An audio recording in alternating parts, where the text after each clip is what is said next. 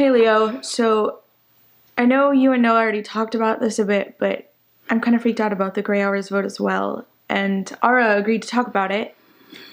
Actually, she insisted on talking about it. So, Ara, what is your take on the gray hours vote as a soon-to-be lawyer? It can't pass. It can't.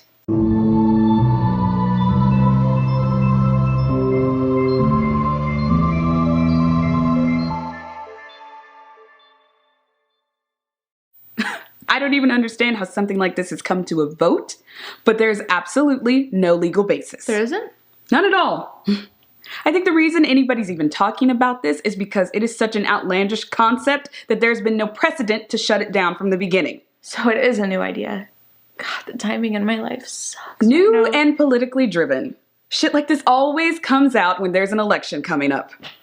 Legally and officially, the night and day system has nothing to do with daylighters and nocturnes hating each other or anything social. It is completely economic. While the disasters were occurring, the city was inundated with people.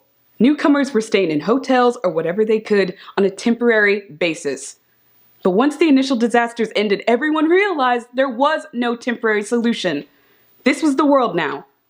Companies tried to expand and hire from the outside to temper with the influx of customers, but there was nothing to be done.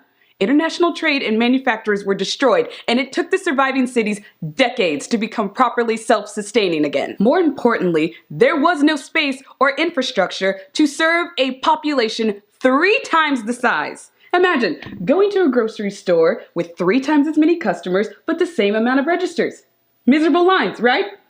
And the company cannot hire more people because there's physically no space for them to work, which leads to the biggest problem.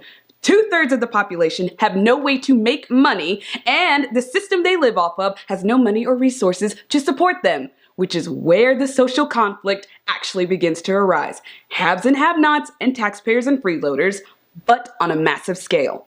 When the struggling, fledgling government heard about a group of enterprising refugees who had taken to borrowing office space from their original citizen friends to start a microeconomy during the night hours when no one was about, they jumped on it and propped it up as an entire second nighttime economy, which they then essentially forced on half the population.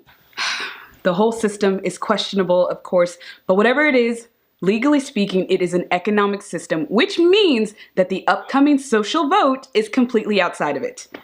So, by that logic, I mean, we shouldn't be allowed to, shop or make money with the daylighters, but why would that mean that we couldn't hang out with them if it was completely personal? Exactly. This vote is being pushed by a bunch of hateful, prejudiced, fear-mongering, power-hungry politicians and irresponsible journalists. They tried systems like this so many times before the apocalypse, telling groups this or that you have to exist in separate worlds. It's already bad enough that it's politically and economically unequal, but when it becomes codified social laws too, it never ends well. Never. It's how you get apartheid, genocide, civil wars. I know that we have to make sacrifices to keep our world functioning these days, but we can't let our views of humanity be one of those sacrifices. Which is why we cannot let this vote pass. We can't let them divide us any further. So, Leo, Noah, now you have the other side of the story. I'll see you soon.